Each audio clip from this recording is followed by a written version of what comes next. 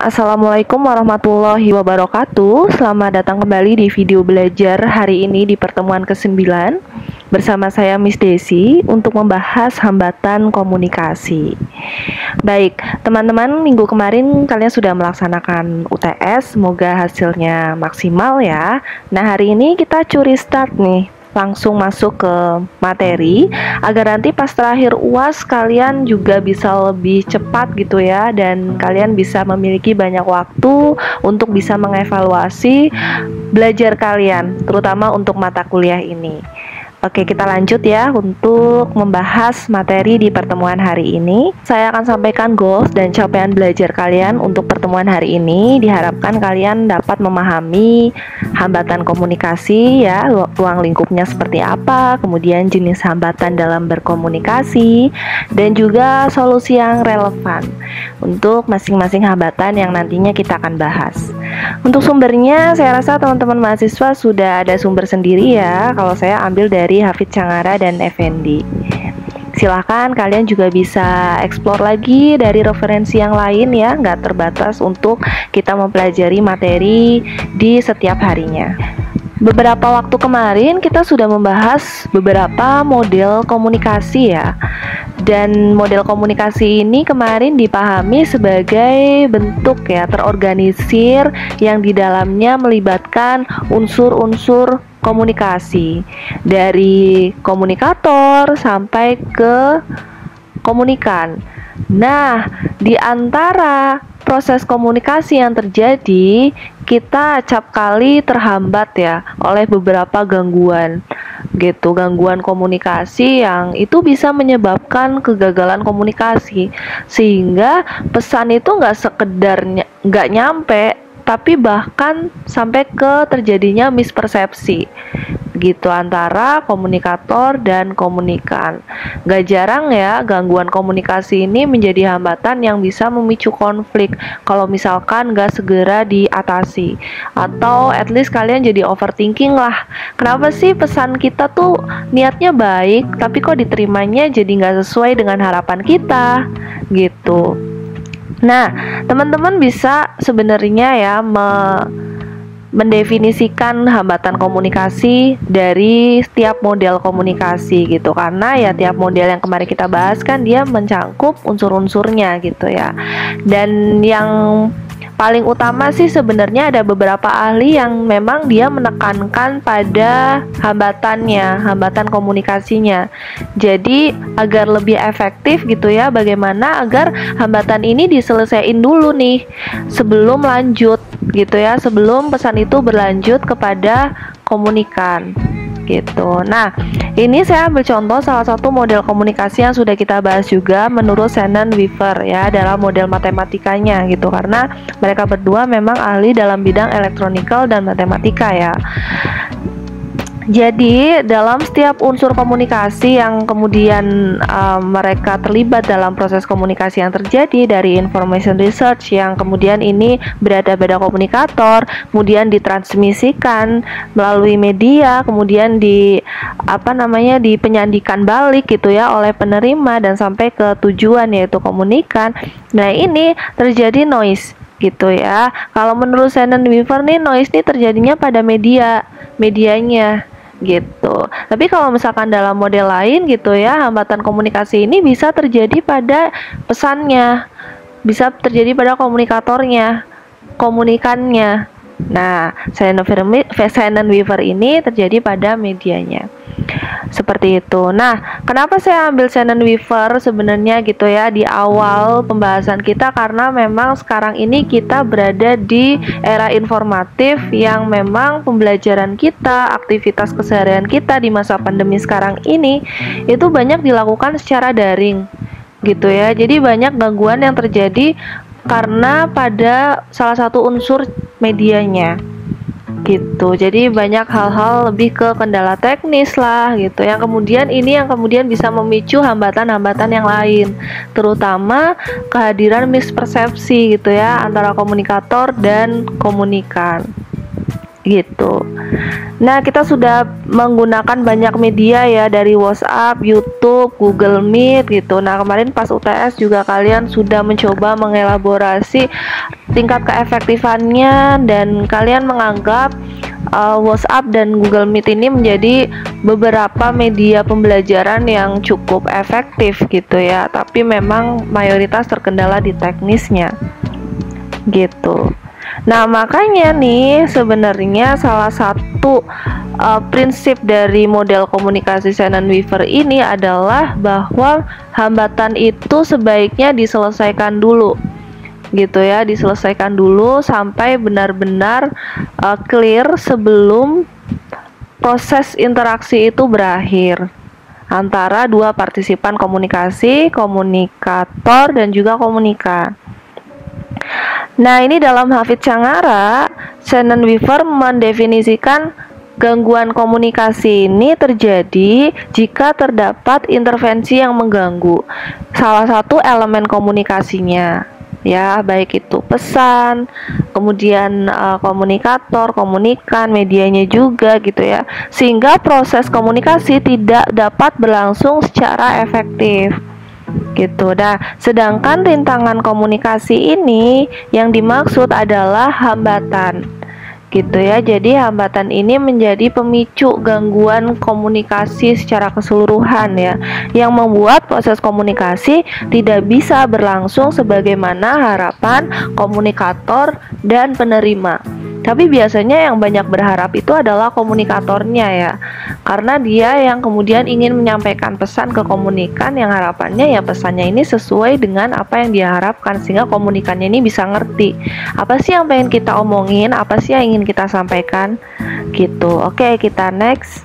Banyak ahli yang sebenarnya menyampaikan beberapa hambatan komunikasi gitu ya. Nah, intinya itu sama. Kalau misalkan di breakdown nih ya, ini saya coba bahas satu persatu.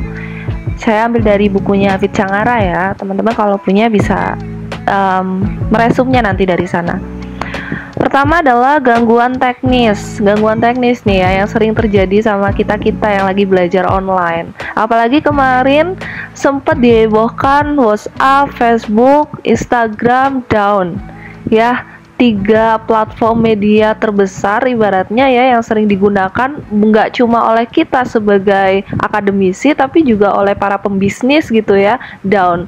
Nah, itu pasti kalang kabut banget gitu ya, gimana kemudian mereka bisa meneruskan informasi ke customer kalau misalkan 3 platform utama yang mereka gunakan ini down. Nah, ini gangguan teknis ini didefinisikan ya, terjadi jika salah satu alat yang digunakan dalam berkomunikasi mengalami gangguan sehingga informasi yang ditransmisikan melalui saluran mengalami kerusakan gitu. Jadi ya pesannya nggak akan nyampe.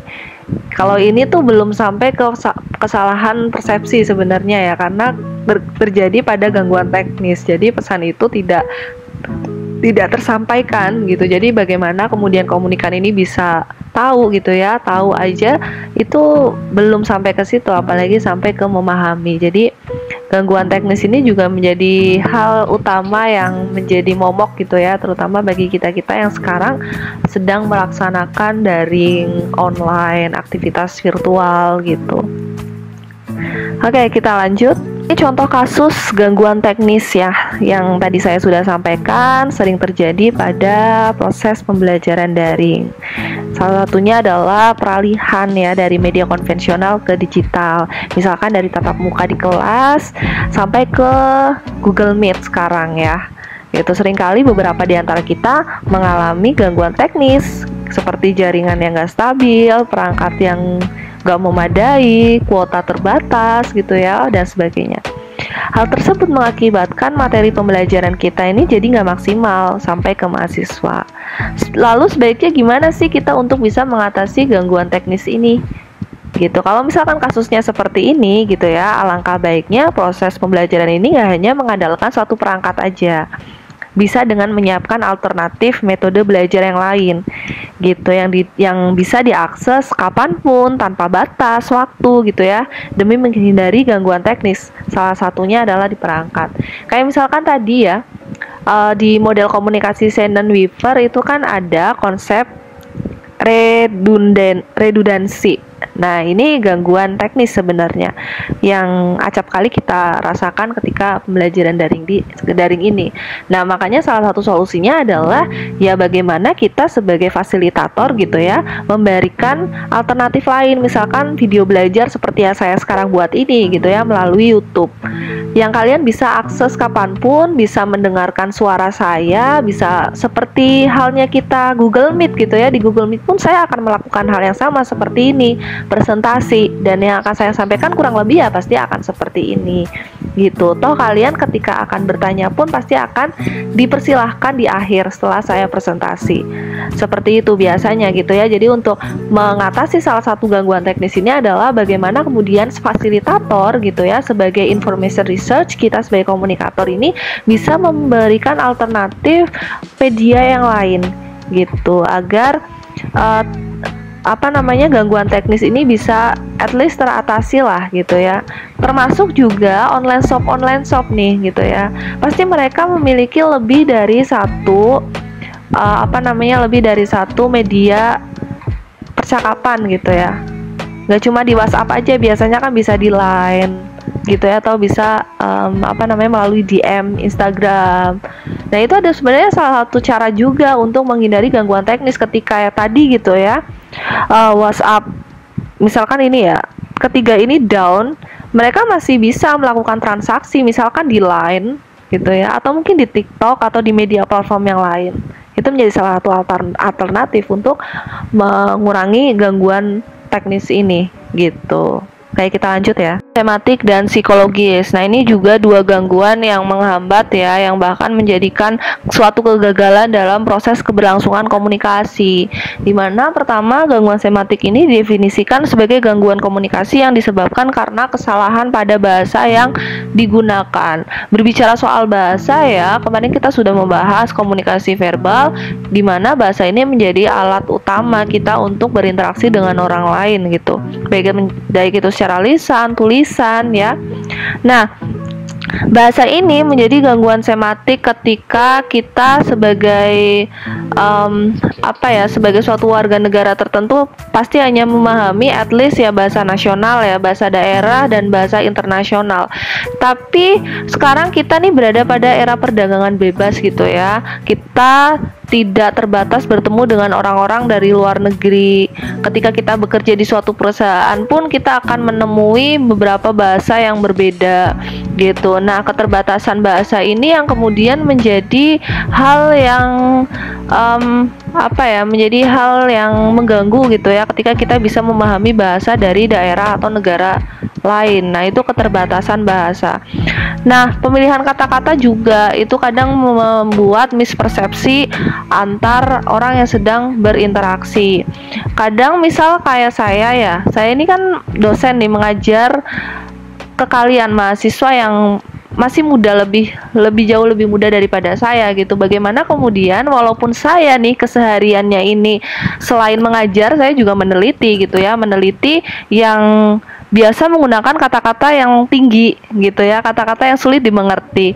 Nah, terus saya juga harus bisa memposisikan diri ketika saya mengajar ke kalian. Jadi saya harus memilih kata-kata yang mudah dimengerti gitu ya, mudah dimengerti agar kalian tuh nggak berpikir dua kali. Maksudnya tuh apa ya, misal menyebut kata atribusi itu apa sih? Nah, kan pasti kalian akan berpikir dua kali. Begitu juga ketika kalian membaca buku gitu ya, buku lama dan buku saat ini pasti bahasanya juga berbeda. Nah, itu juga bisa mengakibatkan gangguan komunikasi, dalam arti orang bisa jadi malas untuk ya udahlah, nggak ngerti juga maksudnya apa, biarkan terlewat aja begitu aja gitu. Kalian nggak sampai pada memahami apa yang dibicarakan, padahal mungkin saja itu penting gitu ya.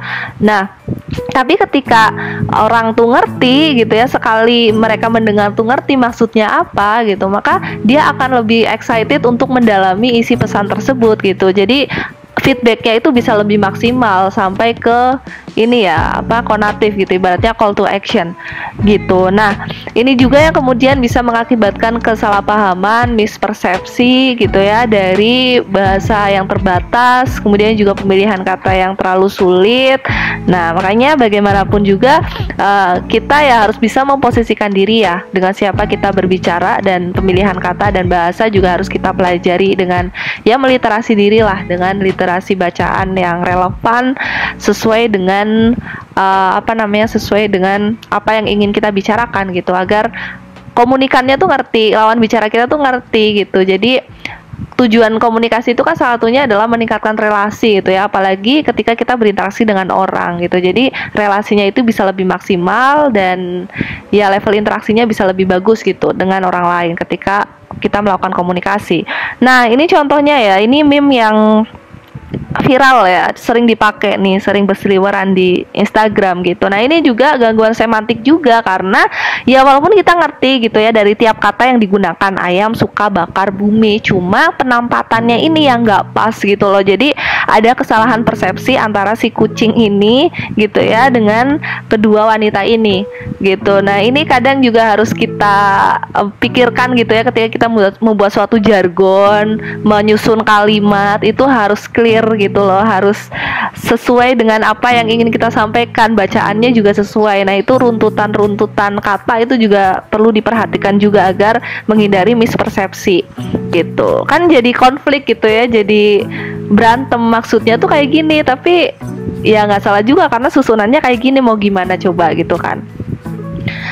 Nah, kemudian kedua adalah gangguan psikologis. Ini merupakan gangguan yang disebabkan oleh persoalan-persoalan individu. Nah, kita memahami bahwa kita ini sebagai manusia gitu ya, memiliki perasaan yang nggak bisa kita hindari. Kadang ketika kita berbicara dengan orang pada situasi psikologis yang nggak tepat, itu juga bisa menyebabkan mispersepsi gitu ya dengan orang tersebut. Makanya kemudian kita juga harus memperhatikan sebenarnya komunikasi nonverbal dari orang yang ingin kita bicara, yang ingin kita ajak bicara. Dari situ sebenarnya kita bisa lihat sih secara psikologis kondisi dia. Ketika dia lagi murung, ketika dia kelihatannya memasang ekspresi wajah yang sedih gitu ya, itu sebenarnya kita di awal kita sudah bisa menebak mungkin kondisi dia lagi gak mood, sedangkan kita ingin memberikan informasi tugas gitu kan, pasti tambah akan gak mood gitu ya. Jadi kita juga harus memahami kondisi psikologis orang lain gitu sebelum kita menyampaikan pesan. Nah, itu bisa terjadi gitu ya, mau pesan kayak gimana pun disampaikan ke orang, kecuali biasanya kalau dapat hadiah itu semua orang pasti senang ya, tapi dalam berita-berita duka, misal berita sedih gitu, nah kondisi psikologis orang itu bisa mempengaruhi juga gitu ya dalam penerimaan pesan dari komunikator gitu. Oke, kita lanjut. Nah, kemudian contoh kasus untuk gangguan semantik ini biasanya nanti akan kalian alami, semoga sih enggak ya, ketika nanti kalian skripsi. Seringkali ini terjadi kesalahpahaman antara dosen dan mahasiswa yang disebabkan perbedaan penggunaan bahasa ya, dan juga pemilihan kata-kata yang sulit untuk bisa dimengerti oleh mahasiswa. Jadi perkara kalian ini memahami apa yang dimaksud oleh dosen dari pembicaraan kalian ini aja butuh waktu gitu ya, apalagi untuk bisa merevisi sesuai dengan arahan dosen kalian nanti gitu. Jadi gimana nih agar at least kalian gak revisi lah ya, maksudnya bisa meminimalisir, walaupun kalian gak bisa menghindari gitu, tapi bisa diminimalisir agar ya kalian revisi ya cukup sekali, 2 kali, 3 kali ya, nggak sering cuma perkara kan kemarin saya sudah bilang kayak gini maksudnya gitu kan, nggak enak nih ibaratnya. Nah, makanya kalian nih sebagai penerima pesan gitu ya, sebagai mahasiswa ketika berinteraksi dengan dosen nantinya ketika skripsi, memiliki keberanian untuk bertanya apapun yang nggak dipahami. Jadi satu waktu itu paling nggak kalian sudah bisa mengclearkan apa yang dimaksud, apa yang diminta oleh rekan bicara kalian. Dalam hal ini adalah dosen pembimbing kalian mungkin nanti ya. Jadi dalam satu waktu kalian kalau nggak paham ya ditanyakan gitu. Jadi semua kan pasti berasal dari dari diri sendiri nih, dari keberanian kita gitu ya, mau atau tidak untuk mengklarifikasikan apa sih yang dimaksud dari pembicaraan sebelumnya dengan dosen kalian gitu. Kemudian banyak belajar ya dengan memahami kata-kata yang mungkin terbatas, karena mau nggak mau ya, ketika nanti kalian ada keinginan untuk lanjut studi S2 atau mungkin kalian nanti akan bekerja di perusahaan-perusahaan perusahaan-perusahaan yang besar gitu, kalian nantinya akan harus terbiasa dengan ya kata-kata yang sulit itu gitu ya, yang sulit dipahami itu, apalagi ketika kalian nanti bertemu dengan orang berbeda budaya yang mencampur adukan gitu ya, antara bahasa nasional itu misal dengan bahasa ibu atau bahasa mereka keseharian gitu. Jadi kalian harus banyak belajar untuk memahami kata-kata juga gitu ya, terutama dalam bahasa yang berbeda gitu. Dan nggak pasif ya, interaktif kalau bisa seperti itu ya, tapi juga memposisikan diri ya, karena kita nggak cuma membahas soal semantik tapi juga psikologis lawan bicara kita gitu ya, dengan siapa kita berbicara kita juga harus bisa mengobservasi nih, kira-kira kalau misalkan saya banyak bertanya gimana ya. Nah makanya pemilihan kata dalam pertanyaan kalian juga harus jelas gitu ya, agar dalam satu waktu itu tuh nggak terlalu banyak pengulangan gitu. Nah kemudian siapapun yang bertindak sebagai komunikator gitu ya, mengupayakan berbicara santun, sesantun mungkin gitu ya, agar ya kondisi psikologi seseorang ini bisa bisa terkontrol lah, bisa kita kontrol dengan kita menjaga sopan santun kita ke orang lain gitu. Nah gunakan kata-kata yang mudah dipahami juga dan dimengerti oleh komunikan gitu. Nah sesulit-sulitnya kata gitu ya, sulit-sulitnya kata sebenarnya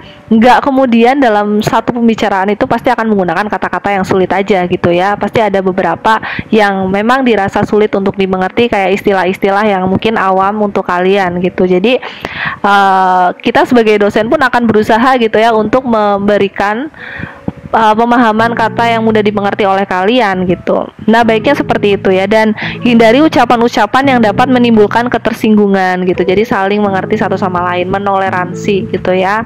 Oke, kita lanjut. Indikasi selanjutnya adalah gangguan fisik. Nah, gangguan fisik ini terjadi sebagai akibat dari kondisi geografis dan gangguan organik atau panca indera yang terjadi dalam komunikasi antar manusia. Kita lanjut ke contoh kasusnya aja ya, biar kalian lebih paham. Jadi, untuk hambatan fisik ini banyak terjadi oleh teman-teman kita yang memiliki keterbatasan fisik ya, dan mengharuskan mereka untuk memiliki usaha lebih dalam memahami percakapan dan interaksi dengan orang lain. Cuma saat ini beruntung ya, sudah banyak alat-alat yang diperbantukan terutama untuk teman-teman kita yang memiliki keterbatasan fisik, alat bantu panca indera seperti untuk yang tunarungu gitu ya, dan tunanetra. Nah itu sudah banyak alat bantu yang bisa mereka gunakan untuk mempermudah mereka berinteraksi dan bercakap dengan orang lain gitu. Dan peran penerjemah isyarat gitu ya sebagai mediator untuk teman-teman kita yang kurang beruntung ini juga sangat membantu sekali gitu, agar bisa lebih dimengerti sesuai dengan isyarat yang mereka tampilkan. Dan kehadiran subtitle gitu ya dalam film, kemudian dalam media sosial, nah itu juga menjadi alternatif solusi ya yang bagus gitu bagi hambatan fisik ini, seperti itu. Nah kita lanjut. Indikasi yang selanjutnya adalah gangguan status. Nah ini disebabkan karena jarak sosial di antara peserta komunikasi gitu. Jadi memang kita nih berada pada lingkungan yang memiliki power distance gitu ya, jarak kekuasaan yang ada gitu di lingkungan kita sehari-hari, terutama ketika kita berbicara dengan orang tua ya, dengan senior di organisasi gitu. Kadang kita memilih kata-kata yang tepat juga gitu ya, dan kondisi yang tepat untuk bisa menyampaikan informasi kepada mereka. Nah ini bisa memperlama proses mekanisme pesan gitu ya, karena kita harus memilih kata-kata yang sesuai untuk bisa menghormati mereka yang lebih senior atau lebih tua dari kita. Kayak misalkan kita di Jawa pun ada level-level tata kramanya ya, ketika kita menyampaikan pesan pesan ke teman sebaya dan menyampaikan pesan ke orang tua itu pasti berbeda. Nah, dalam salah satu dimensi budaya nih, menurut Hofstede itu juga menyatakan bahwa jarak kekuasaan ini merupakan sifat kultur nasional ya, yang mendeskripsikan tingkat di mana masyarakat menerima kekuatan dalam institusi dan organisasi didistribusikan ini tidak sama. Seperti itu. Jadi kalau misalkan kita di Indonesia memang kita masih lebih ada ini ya, apa namanya? Ya, tata krama itu sangat dijaga gitu untuk senior gitu ya, terutama di lingkungan organisasi juga seperti itu. Tapi kalau kita menengok di budaya barat gitu ya, kita hanya memanggil nama aja tanpa ada embel-embel ibu, bapak, itu ya mereka sudah biasa gitu. Tapi kalau di negara kita tentu banyak hal, banyak nilai, banyak norma gitu ya yang perlu kita pertimbangkan juga, terutama dalam menghadapi status sosial gitu ya, atau jarak sosial nih di lingkungan kita sehari-hari gitu. Oke, kita lanjut. Selanjutnya adalah kerangka berpikir. Nah, ini disebabkan adanya perbedaan persepsi antara komunikator dan halayak terhadap pesan yang digunakan dalam berkomunikasi. Biasanya disebabkan oleh latar belakang dan pengalaman yang berbeda. Nah, teman-teman mahasiswa, beberapa waktu lalu juga kita sudah membahas ruang lingkup komunikasi yang sempat ada pertanyaan tentang pengalaman ya, field experience, frame of experience terkait dengan tumpang tindih pertukaran komunikasi antar dua partisipan komunikasi terlibat gitu. Misal ini antara A dan B. Kita ketika berkomunikasi ya, kita diibaratkan seperti ini. Jadi semakin tumpang tindih informasi yang dipertukarkan ini, maka komunikasi itu akan berjalan efektif. Nah, itu bergantung pada pengalaman dari masing-masing partisipan komunikasi.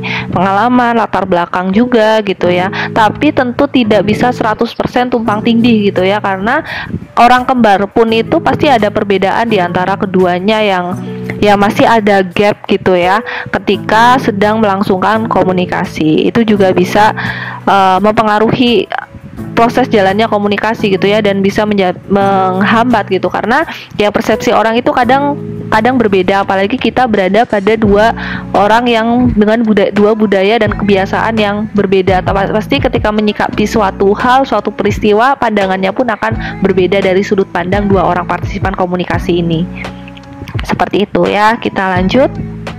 Pengalaman secara psikologis seseorang itu juga bisa berpengaruh gitu ya terhadap pesan yang dia terima gitu. Kayak misalkan ketika orang ini memiliki pengalaman buruk dengan orang yang keras gitu ya, orang yang berintonasi nada tinggi gitu, dia ada trauma, maka dari itu dia akan cenderung menghindari orang-orang yang mengirimkan pesan dengan cara yang seperti itu. Dia tidak menghiraukan karena ya dia memiliki pengalaman yang takut dengan berhadapan dengan orang-orang yang bernada tinggi ketika dia berbicara. Walaupun sebenarnya mungkin isi pesan yang disampaikan ya positif gitu ya, tapi karena kita memiliki pengalaman buruk dengan orang yang seperti itu, maka kita cenderung untuk avoidance ya, menghindar. Seperti itu. Itu adalah contoh kerangka berpikir yang menjadi hambatan dari persepsi orang terhadap pesan yang ingin dipertukarkan. Nah, kita sebagai masyarakat multikultur juga kita tidak bisa menghindari perbedaan norma, kebiasaan ya, dan nilai-nilai yang dianut oleh pihak-pihak yang terlibat dalam komunikasi. Seperti yang diasumsikan oleh Edward T. Hall bahwa teorinya terkait dengan komunikasi antar budaya ini mengaitkan komunikasi dengan budaya memiliki hubungan yang erat gitu. Jadi komunikasi is a culture dan culture is a communication. Jadi keduanya ini adalah suatu hal yang mungkin berbeda gitu ya, tapi tidak bisa dipisahkan satu sama lain. Karena ketika kita berkomunikasi, kita pun perlu mempertimbangkan budaya, nilai, norma yang dipercayai oleh lawan bicara kita. Nah, ketika kita tidak bisa menghargai budaya orang lain, maka ya komunikasi itu akan gagal gitu ya. Kita akan tidak bisa meningkatkan level relasi dengan orang yang ingin kita ajak berkomunikasi atau berhubungan gitu ya, secara relasi. Seperti itu. Selanjutnya menurut Effendi, jadi Effendi juga membreakdown beberapa hambatan komunikasi seperti sosio-antropsikologis, mekanisme ya, kemudian semantik dan juga ekologis. Nah, beberapa di antaranya tadi sudah terjelaskan ya di slide sebelumnya, seperti ekologis ya kaitannya dengan hambatan fisik, kemudian semantik juga keterkaitannya dengan bahasa, pemilihan kata-kata. Nah, ini untuk antropologis dan psikologis tadi juga sudah dijelaskan ya terkait dengan status budaya dan juga psikologis personal diri antar partisipan komunikasi tadi juga sudah terjelaskan. Nah, mungkin sekarang saya akan lebih menjelaskan aspek pada sosiologisnya. Jadi, seorang komunikator harus mempertimbangkan betul situasi dan kondisi saat melakukan komunikasi dengan komunikan. Jadi, diri kita nih ya sebagai individu gitu, individu-individu ini terlibat dalam kondisi-kondisi yang berbeda dalam berkomunikasi. Ada yang formal ya, ada yang informal. Nah, makanya dalam aspek psikologis ini terbagi menjadi dua ya, Gemeinschaft dan juga Gesellschaft. Gemeinschaft ini adalah diibaratkan situasi kondisi yang tidak formal. Ketika kita berada di keluarga, hubungan pertemanan, persahabatan, itu adalah kondisi-kondisi tidak formal yang ya kita bisa lebih luas ketika berkomunikasi dengan mereka. Berbeda ketika kita berada di Gesellschaft, ya pergaulan hidup yang bersifat tidak pribadi atau rasional. Nah, ini terkadang kita membatasi diri ketika kita berkomunikasi dengan lingkungan luar gitu ya, dengan organisasi yang memang memiliki aturan-aturan atau standar operasional yang membatasi kita dalam berkomunikasi, apalagi kita berkomunikasi soal urusan pribadi gitu. Kebanyakan memang pergaulan hidup yang bersifat tidak pribadi dalam lingkungan organisasi ini biasanya ya pembicaraannya ini lebih ke konteks profesional dalam pekerjaan aja gitu. Berbeda ketika ya kita pasti memiliki teman gitu ya dalam suatu lingkungan organisasi, itu aspeknya itu udah ke Gemeinschaft gitu. Jadi walaupun ya kita berada di lingkungan organisasi, pasti kan kita punya teman nih ya, teman akrab dalam satu organisasi tersebut. Nah, satu teman ini kita bisa mengajaknya berbicara, berkomunikasi yang termasuk dalam aspek Gemeinschaft ini. Jadi lebih luas dengan dia, tapi dengan lingkungan organisasi di luar dari orang tersebut ya, kembali lagi ke organisasinya ya, dia sudah masuk aspek Gesellschaft. Kita masih bisa membatasi diri gitu ya untuk berbicara soal urusan-urusan pribadi kita di lingkungan organisasi tersebut. Seperti itu. Solusi ya, ini saya juga coba untuk menjelaskan dari masing-masing unsur komunikasi yang bisa kita antisipasi gitulah ya istilahnya, agar tidak terjadi hambatan komunikasi. Pertama yaitu dari unsur pesannya. Diusahakan kita bisa merumuskan pesan itu sejelas mungkin sesuai dengan arah apa yang ingin kita sampaikan gitu. Kemudian kita mengobservasi penerimanya juga. Kira-kira siapa yang akan kita ajak berkomunikasi, siapa yang akan ajak kita untuk menjalin relasi, kita juga harus mempertimbangkan. Kemudian menyatakan ide atau gagasan secara keseluruhan dalam satu waktu, menghindari pengulangan. Ketika belum clear ya usahakan bisa diklarifikasi pesan yang ingin kita sampaikan. Menyatakan ide gagasan secara singkat, padat, jelas gitu ya, agar tidak mengakibatkan mispersepsi. Kemudian memberikan pengulangan jika diperlukan. Nah, ini kalau misalkan mereka butuh klarifikasi dan konfirmasi terutama ya silakan dilakukan pengulangan agar apa yang disampaikan itu benar-benar jelas sesuai dengan pesan yang ingin disampaikan. Pemilihan kata, intonasi ya, bahasa tubuh juga harus tepat. Selain kita menggunakan verbal, kita pasti juga menggunakan non-verbal. Jangan sampai kita menyatakan secara verbal suatu persetujuan gitu ya, iya atau oke, tapi ekspresi muka kita tuh kayak nggak suka gitu, nggak senang, dan malah kontradiksi ya dengan apa yang kita sampaikan. Nah, itu jangan sampai seperti itu ya, agar pesan itu bisa berjalan efektif juga sampai ke penerima. Kemudian juga kita harus berempati antar budaya. Ya seperti yang tadi sudah saya bilang ya, budaya adalah komunikasi dan komunikasi adalah budaya. Dua hal yang berhubungan erat yang kita tidak bisa terpisahkan gitu ya. Ketika kita berbicara dengan orang lain, kita juga harus berempati dengan budaya mereka. Seperti itu, kita lanjut. Jadi pesannya diusahakan yang sifatnya inklusif gitu ya, sesuai dengan kebutuhan penerima dan informatif. Pesan tersebut juga ingin diketahui penerima, jadi relate dengan apa yang memang perlu diketahui oleh penerima gitu ya, sebagai lawan bicara kita. Dan kemudian observasi media yang tepat gitu ya, media yang tepat yang bisa dipahami secara teknis penggunaannya juga oleh penerima gitu. Kadang kalau misalkan kita memilih media yang nggak sesuai dengan lawan bicara kita akan malah fokusnya di hal-hal yang teknis gitu ya, daripada substansi pesan yang ingin kita sampaikan gitu. Oke, kita lanjut. Penerima pesan nih sebagai komunikan juga harus punya kompetensi gitu ya dalam memahami pesan yang dipertukarkan. Jangan apa-apain menjadi tanggung jawab komunikator. Walaupun pesannya itu nggak jelas oleh komunikator, bisa saja ini kesalahan pada komunikan yang nggak memperhatikan komunikator itu berbicara, sehingga pesan itu terkesan ambigu gitu ya, nggak jelas, bias.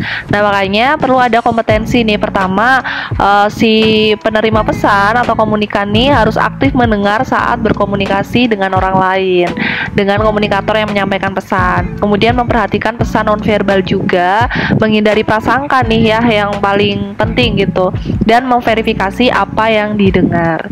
Seperti itu. Nah, kemudian kita juga perlu untuk menghindari suuzon ya terhadap orang lain nih. Nggak cuma komunikan sih ya, partisipan komunikasi secara umum lah ya, jangan sampai bersuuzon dengan orang lain. Dan kita harus meningkatkan tabayun ya, mengklarifikasi informasi yang kita dapat agar tidak terjadi mispersepsi, tidak terjadi kesalahpahaman dengan pesan yang dipertukarkan gitu. Dalam surat Al-Hujurat nih ayat 12 juga menyebutkan bahwa jauhilah olehmu sebagian besar prasangka ya, karena sebagian dari prasangka itu adalah keburukan, dan jauhilah prasangka karena sesungguhnya prasangka adalah seburuk-buruknya perkataan. Ini dipertegas oleh Rasulullah ya, Nabi Muhammad SAW. Jadi teman-teman mahasiswa semuanya, jangan sampai kita bersuuzon, berprasangka dengan apa yang kita terima dari orang lain. Kalaupun mungkin pesan yang kita terima ini mengarahkan pada sesuatu yang buruk, sesuatu yang negatif, kita coba bertabayun dulu dan diusahakan output yang kita keluarkan gitu ya, feedback yang kita keluarkan itu adalah feedback yang positif, tidak menyinggung orang lain gitu ya, karena apa yang kita katakan ini adalah really matters ya, benar-benar penting. Jadi berhusnuzon ya, jangan sampai kita bersuuzon, berprasangka dengan orang lain gitu ya. Jadi tidak akan terjadi konflik dan bisa meminimalisir lah kesalahpahaman dan ketidakpastian antar partisipan dalam proses komunikasi yang berlangsung gitu ya teman-teman mahasiswa semuanya. Saya rasa cukup untuk video belajar hari ini. Silahkan dilanjutkan resume di pertemuan ke-9 hari ini, dan kita sampai jumpa lagi minggu depan. Wassalamualaikum warahmatullahi wabarakatuh.